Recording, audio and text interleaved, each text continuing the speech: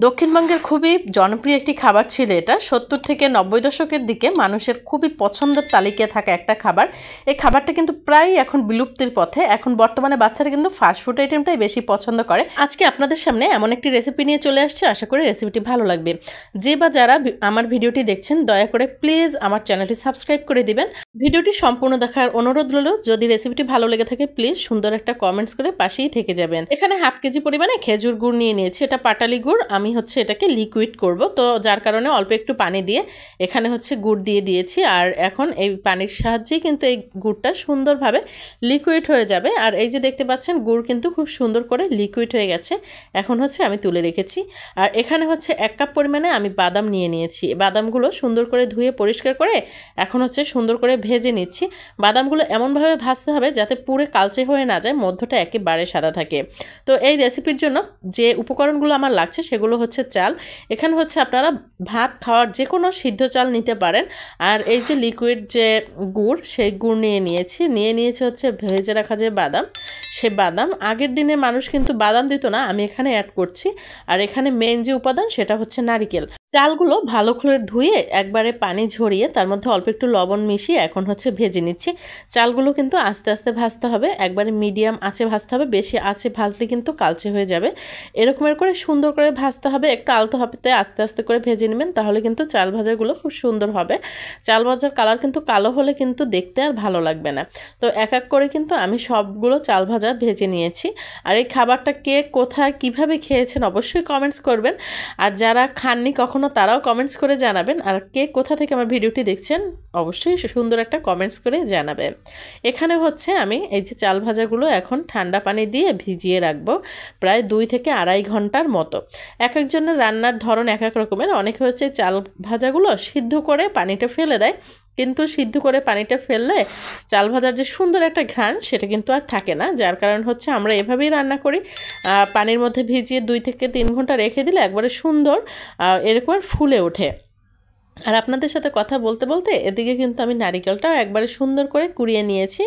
আর এই যে বাদামগুলো কিন্তু একেবারে ঠান্ডা হয়ে গেছে। যে বা যারা আপনারা ভিডিওটি দেখছেন প্লিজ আমার চ্যানেলটি সাবস্ক্রাইব করে দিবেন। সম্পূর্ণ ভিডিওটা দেখে সুন্দর একটা কমেন্টস করে দিবেন। আপনাদের একটা কমেন্টস কিন্তু আমাকে অনেকটা উৎসাহ দেয় নতুন আরও একটি ভিডিও তৈরি করার জন্য। তো এই যে আমি 2.5 ঘন্টা পরে কিন্তু এখন এই চাল ভাজাগুলো সুন্দর করে ধুয়ে নিব। আর দেখতে পাচ্ছেন চাল ভাজাগুলো কিন্তু একবারে ফুলে উঠেছে পানির মধ্যে ভিজিয়ে রাখার কারণে। আর এই যে একবারে ফ্রেশ পানি বের হচ্ছে, পানিটা ঝরানোর জন্য রেখে দিয়েছি। আর বাদামগুলো এখন খোসা ছাড়িয়ে নিব। একটা হামানদিস্তা নিয়ে নিয়েছি, তার মধ্যে হচ্ছে বাদামগুলো দিয়ে এরকমের হাতের সাহায্যে আস্তে আস্তে করে ভেঙে নিব। বাদামগুলো কিন্তু একেবারে গুঁড়ো করা যাবে না, এরকমের আস্তে আস্তে থেতলে ভেঙে নিতে হবে আর খোসাগুলো ছাড়িয়ে নিতে হবে। আর দেখে বুঝতে পারছেন আমি কিন্তু বাদামগুলো একবারে গুঁড়ো করিনি। এখানে হচ্ছে একটা পাতিলের মধ্যে দেখতে পাচ্ছেন আমি 1/2 কাপ পরিমাণে সয়াবিন তেল দিয়ে দিয়েছি, 3টে তেজপাতা দিয়ে দিলাম, আর হচ্ছে 3 টুকরো দারুচিনি দিলাম, 3 থেকে 4টা দিয়ে দিলাম এলাচ, দিয়ে সুন্দর করে ভেজে নিচ্ছি। আর এখন কিন্তু খুব সুন্দর একটা ফ্লেভার অ্যাড হয়েছে। যখন দেখবেন মশলাগুলো সুন্দর ভাজা হয়ে গেছে, এর মধ্যে ওই যে লিকুইড গুড় রেখেছিলাম সেই গুড় সব দিয়ে দিব। তো গুড়গুলো দিয়ে সুন্দর করে ঢাকনা দিয়ে ঢেকে রেখেছি। আর এই যে দেখতে পাচ্ছেন একবারে বুটবুট করে কিন্তু সুন্দর করে আমাদের এখানে গুড় রেডি হয়ে গেছে। আর এই মুহূর্তে দিয়ে দেব হচ্ছে যে নারিকেল কুড়িয়ে রেখেছিলাম সেই নারিকেলগুলো দিয়ে দিয়েছি।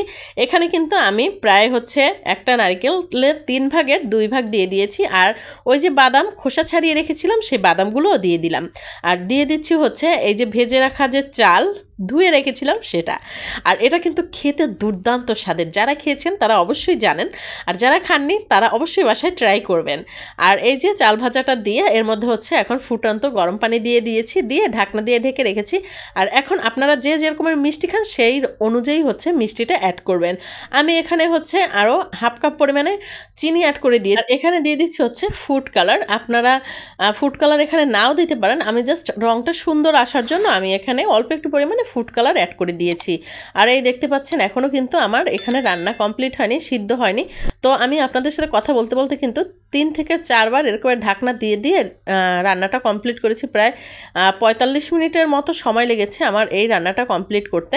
তো যখন পানিটা শুকিয়ে গেছে এর মধ্যে হচ্ছে এখন দিয়ে দিয়েছি নারিকেল, একবারে পিস পিস করে কেটে রেখেছিলাম সেই নারিকেলগুলো দিয়ে দিয়েছি। দিয়ে আবার প্রায় 10 থেকে 15 মিনিটের মতো ঢাকনা দিয়ে ঢেকে একটু নেড়ে চেড়ে দিচ্ছি। আর দেখতে পাচ্ছেন এখানে বিস্কির কালারটা কত সুন্দর আসছে। ও হ্যাঁ, এটার নাম কিন্তু বিস্কি, আমি বলতে ভুলেই গেছি।